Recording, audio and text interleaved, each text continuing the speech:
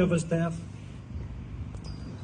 Jim has often been defined by how he died, yet he was much more than that. He was a fun-loving, caring and decent person. Jim loved life and sought enjoyment and the positives in all that he experienced. He wasn't one for complaining. He loved the people of Derry, the dance halls, the humour and the crack. He loved music, art and craft work, and was often slagged in the Moyne household for having too keen an interest in his appearance and his clothing. He made friends easily, but it has to be said that his devilment and sense of adventure got him and his friends into a few scrapes over the years. Jim was born into a country under colonial occupation, with unionist rule delegated by Britain, resulting in rampant discrimination against the nationalist population. His father's family were Republicans who had fought in defence of the Irish Republic. Our extended family lived on each side of Britain's border here, and Jim regularly traversed this border to visit family. The injustice of the border was keenly felt by Jim. Jim also knew poverty and disadvantage from a young age. It was all around him. We came from humble beginnings. Our family lived with our Aunt Maggie for a time in Brook Street Avenue off Bishop Street, as we had no home of our own due to a lack of housing in Derry at the time. But there was a burning pride in Derry, and our family, along with their neighbours, got on with it, building a sense of community that fostered happy memories and lasting friendships. As Jim grew older, it was clear he was never going to be content with the status quo. It wasn't in his makeup. He saw injustice all around him, and he was determined to end it.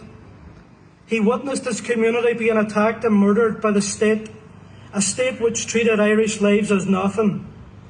The murder of Sammy Duffeny resonated with Jim, given his family's story of his own uncle Columba, who had been beaten to death by the B Specials after partition. Jim realised that not only was resistance needed, but so was a revolution if the Irish people were to live in justice and peace. He soon volunteered to become involved in an effort to restore that republic. Jim bravely pursued that goal until he was abducted and taken hostage by the British Army in the Bogside after leaving a relative's home on Good Friday 1973. From this point onwards and to this day, Jim and our family were to receive a very British form of justice. He was taken to Ballykelly for torture and was then interned in Long Kesh. His interment order was signed by a local cop and not by the Secretary of State at the time, making his interment, even by Britain's low standards, unlawful. He was denied essential medical treatment throughout his time in Long Kesh, and along with his comrades were kept in conditions that the EEC at the time labelled as not fit for pigs. He was not considered for release despite his deteriorating health, and by the time of his death had been interned for almost 2 years. During the burning of Long Kesh, he along with his comrades were used as guinea pigs and were attacked with CR gas, a new untested chemical weapon, a war crime in anybody's book. On the night of his death, the screws failed to respond to the alarm bell as Jim gasped for breath. His comrades tried in vain to help him. They broke down the door of the hut and carried him on a mattress to the gate. Such was their concern and urgency to get him attention. However, that same concern was not shown to Jim once he was handed over to those on the other side of the wire. He died in that concentration camp due to their willful neglect. One of his comrades described the following after his death. They call a hut a hospital, they call tablets treatment, they call a caravan a surgery, they call a screw in a white overall a medical officer, they call this bloody concentration camp a prison, and they call themselves human. What happened to Jim Moyne shows the criminal nature of British violence here. As is the pattern of British crimes in Ireland, the conspiracy continues after death. It began with misinformation about where Jim had died and where his body was located. The inquest was then a means to rubber stamp the conspiracy. The contempt for Jim's life was evidenced by the fact that Robert Truesdale, the Governor of Long Kesh, didn't even turn up to the inquest. It is also telling that many of the British establishment and those who played a role in Jim's interment and killing were subsequently decorated by the Crown. 50 years on, and we still have internment. Interment is as wrong today as it was when Jim was interned in 1973, and as wrong as it was when his uncle Pat was interned in 1923. 50 years on, and there is no British justice. Indeed, the state attempts to close off all routes to justice. Impunity is the name of their game. Hilary Benn stands in the British House of Commons, portraying himself as some sort of mediator between two warring factions of a religious conflict. He preaches to the gentry about his desire to deliver reconciliation here. Nothing could be further from the truth. Britain is not neutral, nor has it ever been. It is a malignant imperialist actor which holds Ireland by force and has fostered any religious or social division that exists here. Such arrogance is staggering but not surprising. It is, after all, a colonial mindset that they cannot seem to shake. But let's set the record straight. It was Britain who murdered Jim. It was Britain who refuses to acknowledge its role in his death. It is Britain who denies families like ours full truth about our loved ones' deaths. It is they who hide behind national security, despite victims being dead for decades, often 30, 40 and 50 years. It is they who continue to occupy and partition our country, imposing their writ and law upon us.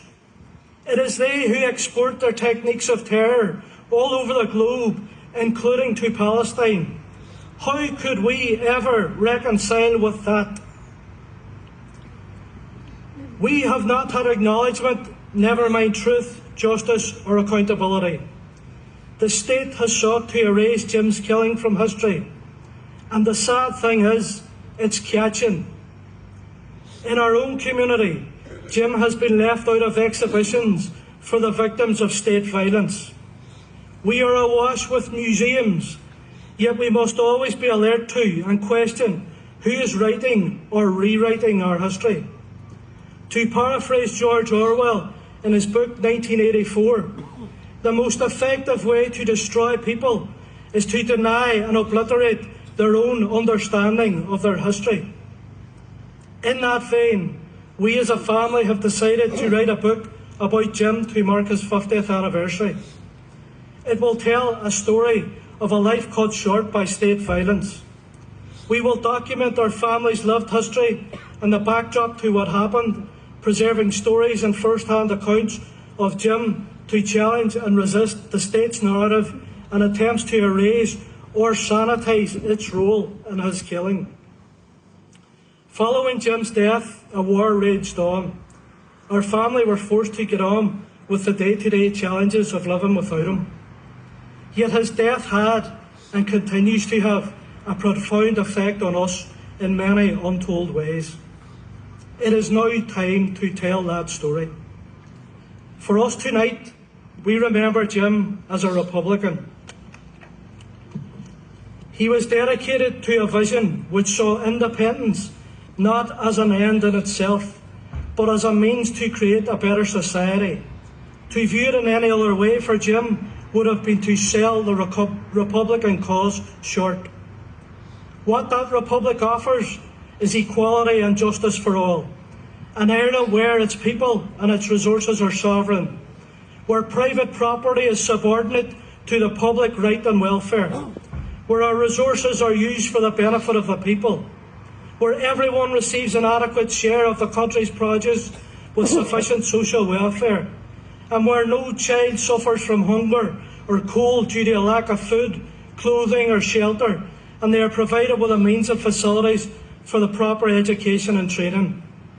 These were the principles of the democratic programme of the first Dáil, and Jim was fully committed to them. These principles are timeless. They have endured generations, and they continue to endure today. The Republican message is as relevant today as it ever was. Why wouldn't it be? Today, nearly 1 million people across this island live in poverty. More than 1 in 4 children live in poverty in the 6 counties alone. Over 1 million people across this island are trapped on hospital waiting lists, and God forbid you have to attend A&E. More than 300,000 people are on housing waiting lists north and south, with approximately 200,000 empty properties across the island. Landlords get richer as parents and children crowd in hotels and hostels to do their homework. Our elderly are treated as commodities for profit in nursing homes, and they would privatise our water if they thought they could get away with it. North and south, our people live in 2 failed states where inequality grows. Our politicians north and south preside over systems that make poor people poorer. Republicanism is now sold as nationalism, with our ambitions for a better future corralled and contained to suit the interests of the establishment or those seeking to be the establishment. The revolutionary change that Jim sought was not nationalism. It was a Republican cause, and it has yet to be achieved.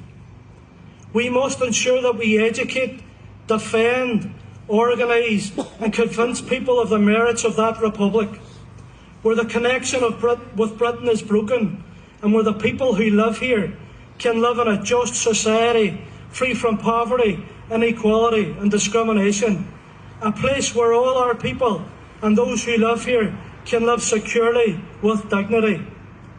The people who live here and the generations of Republicans who, like Jim, have sacrificed all for the Republic deserve nothing less. In the words of Connolly, the Republic must be made a word to conjure with. Óglach the boo.